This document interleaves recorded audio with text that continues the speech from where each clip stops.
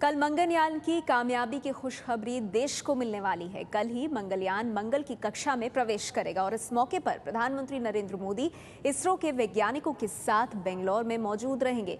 ये पहली बार नहीं है जब मोदी वैज्ञानिकों का हौसला बढ़ाते नजर आएंगे। 4, 3, 2, 1, 0। ये हैं तस्वीरें PSLV 23 को धरती से छोड़े जाने के वक्त की। PSLV 23 अपने साथ दुनिया के 5 देशों के उपग्रह को अंतरिक्ष लेकर गया था। इसरो के वैज्ञानिकों के लिए ये अहम दिन था और इस मौके पर श्री हरिकोटा के सेंटर पर वैज्ञानिकों के साथ मौजूद थे PM नरेंद्र मोदी।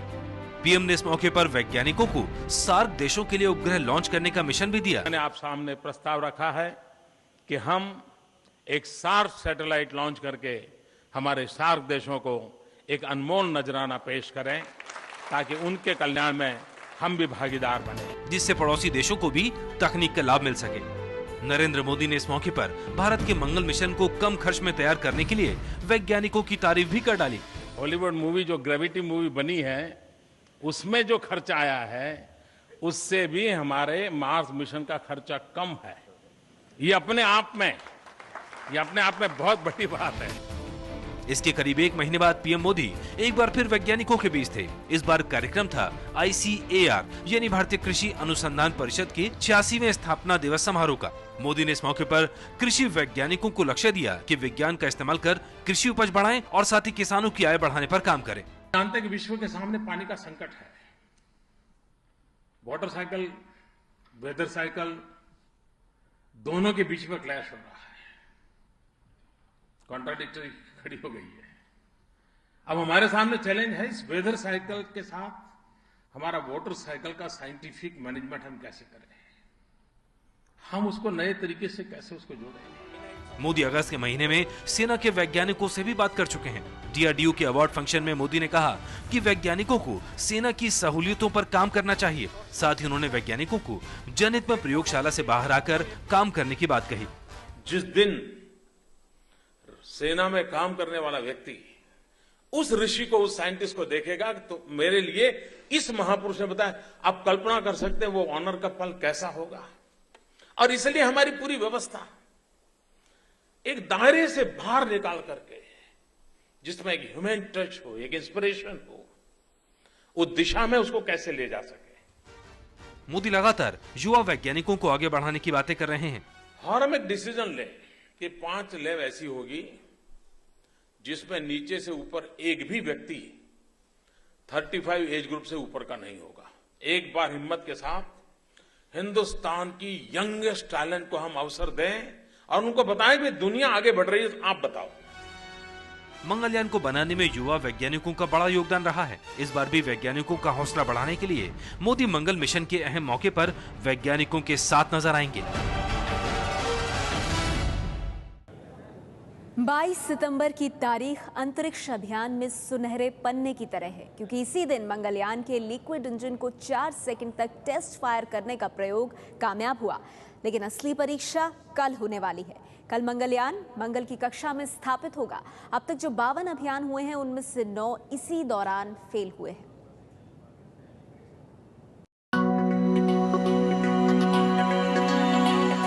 ये हैं तस्वीरें मैवन की। दुनिया भर के वैज्ञानिकों को अब 24 तारीख का इंतजार है। आज ही नासा का अंतरिक्षयान मैवन मंगल की कक्षा में पहुंचा है, लेकिन अब इंतजार है मैवन के जोड़ीदार मंगलयान का। मैवन को नासा ने भेजा है और मंगलयान को भेजा है इसरो ने। लेकिन अंतरिक्ष की खोज के लिए दुनिया भर के वैज्ञानिक मिलकर काम कर रहे हैं। छोटा टेस्ट पास कर लिया हो, लेकिन सबसे बड़ा टेस्ट 24 को ही होना है। जिस वक्त मंगलयान कक्षा में दाखिल होगा तो नुकसान से बचने के लिए एंटेना को मोड़ेगा। कुछ डिग्री घूमेगा तो धरती से उसका संपर्क टूट जाएगा।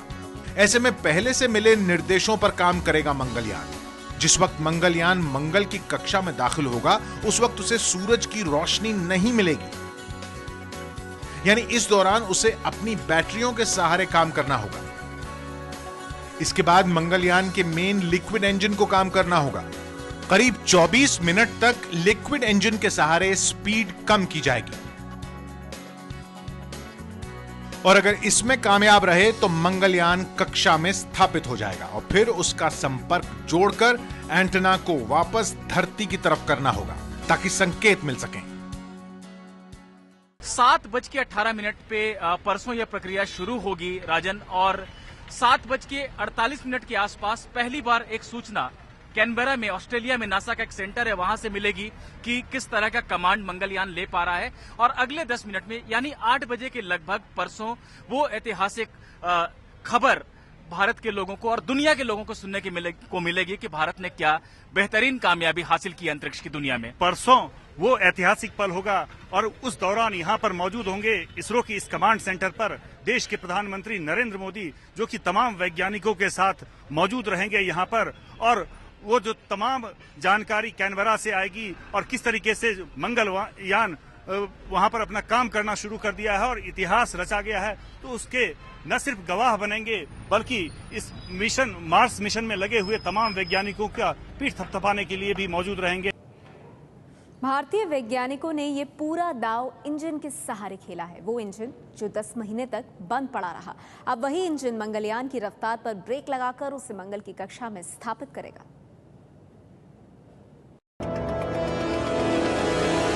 ये हैं तस्वीरें पोलर सैटेलाइट लॉन्च व्हीकल यानी PSLV रॉकेट के जरिए मंगलयान को अंतरिक्ष में भेजे जाने की। पिछले साल 30 अक्टूबर को मंगलयान को धरती से भेजा गया था।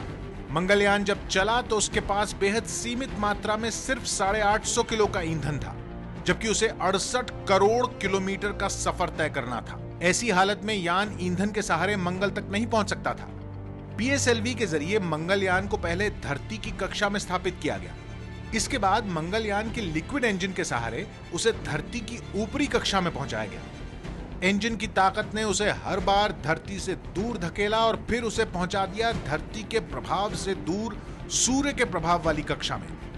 सूर्य के प्रभाव वाली कक्षा से ही वो मंगलयान मंगल की कक्षा में पहुंच गया है, यानी बिना ईंधन इस्तेमाल किए उसने अपना अधिकतर सफर तय किया है।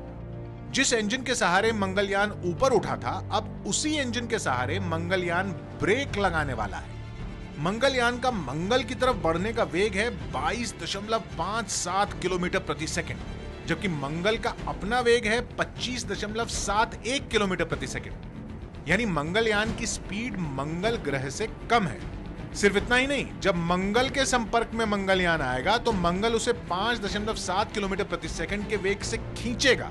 वैज्ञानिकों के सामने चुनौती है इस वेग को घटाकर 4.6 किलोमीटर प्रति सेकंड करने की, यानी इसके लिए 1.1 किलोमीटर प्रति सेकंड की स्पीड घटानी होगी। सामान्य भाषा में कहें तो मंगलयान को मंगल में जाने के लिए अपनी स्पीड को 66 किलोमीटर प्रति मिनट के हिसाब से घटाना होगा और इसी में काम आएगा उसका लिक्विड इंजन। अगर ये स्पीड न घटाई गई तो मंगलयान मंगल की सतह से टकरा जाएगा और पूरी मेहनत बेकार हो जाएगी। लेकिन 4 सेकंड के टेस्ट के जरिए भारतीय वैज्ञानिकों ने यह बता दिया है कि वो सही रास्ते पर हैं और उनका प्रयोग कामयाब हो रहा है। कल सब कुछ ठीक रहा तो मंगलयान मंगल की कक्षा में स्थापित हो जाएगा। अब आपको बताते हैं कि मंगलयान को मंगल पर भेजने से भारत को क्या फायदा होगा। ये दुनिया का 53वां मंगल मिशन है। इससे पहले अमेरिका, रूस और यूरोपियन स्पेस एजेंसी ने कई कोशिशों के बाद अपने ऑर्बिटर मंगल की कक्षा में स्थापित किए थे। नासा ने भी स्पेसक्राफ्ट मैवन को कामयाबी से भेज दिया है, लेकिन भारत का मंगलयान मैवन से 10 कदम आगे है। वजह है इसकी कीमत। भारत के इस मिशन की लागत 450 करोड़ रुपए है, जो कि अमेरिका के मिशन का 10वां हिस्सा है। इस बात को पीएम मोदी भी बोल चुके हैं। मैंने सुना है कि हॉलीवुड मूवी जो ग्रेविटी मूवी बनी है उसमें जो खर्चा आया है उससे भी हमारे मार्स मिशन का खर्चा कम है। ये अपने आप में बहुत बड़ी बात है। वैज्ञानिक भी मान रहे हैं कि भारत के कम खर्च वाले मंगलयान ने दुनिया को एक नया रास्ता दिखाया है। निश्चित तौर पर चुनौतीपूर्ण है। अभी तक हमारी जो सक्सेस थी सिर्फ मोस्टली अर्थ ऑर्बिट में सैटेलाइट भेजने की थी। चंद्रयान हमने सक्सेसफुली भेजा। वो चंद्रयान भेजने के साथ ही इमीडिएटली हम मार्स मिशन की तैयारी शुरू कर दी और बहुत कम वक्त में मिशन लॉन्च किया गया है और काफी सस्ता मिशन है। मंगल की कक्षा में स्थापित हो जाने के बाद मंगलयान इसके वायुमंडल, खनिजों और संरचना का अध्ययन करेगा। सबसे खास होगा मीथेन की जांच करना। मंगल की कक्षा में स्थापित हो जाने के बाद मंगलयान इसके वायुमंडल, खनिजों और संरचना की रिपोर्ट वापस भेजेगा। मंगलयान के साथ 5 उपकरण भेजे गए हैं जो वहां से जांच कर संकेत भेजेंगे। इन उपकरणों का कुल भार 15 किलो है। 1. Methane sensor. यह मंगल के वातावरण में मीथेन गैस की मात्रा को मापेगा। कहां से मीथेन आ रही है इसका स्रोत भी पता करेगा। 2. Thermal infrared spectrometer. यह मंगल की सतह का तापमान पता करेगा। साथ ही यह पता करेगा कि तापमान कहां से ज्यादा बढ़ रहा है। स्रोत पता करेगा, जिससे मंगल के सतह की संरचना और वहां मौजूद खनिज के बारे में पता चलेगा। 3. मार्स कलर कैमरा, जो मंगल के फोटो खींचकर भेजेगा। 4. लिमेन अल्फा फोटोमीटर। यह मंगल के ऊपरी वातावरण में ड्यूटेरियम तथा हाइड्रोजन की मात्रा मापेगा। 5. मंगल एक्सोस्फेरिक न्यूट्रल संरचना विश्लेषण। यह बाहरी हिस्से में जो कण मिलेंगे उसकी जांच करेगा। मंगल के वैज्ञानिक अध्ययन के अलावा यह मिशन इसलिए भी अहम है क्योंकि यह भारत के लिए दूसरे ग्रहों की जांच करने के सफल अभियानों की शुरुआत करेगा।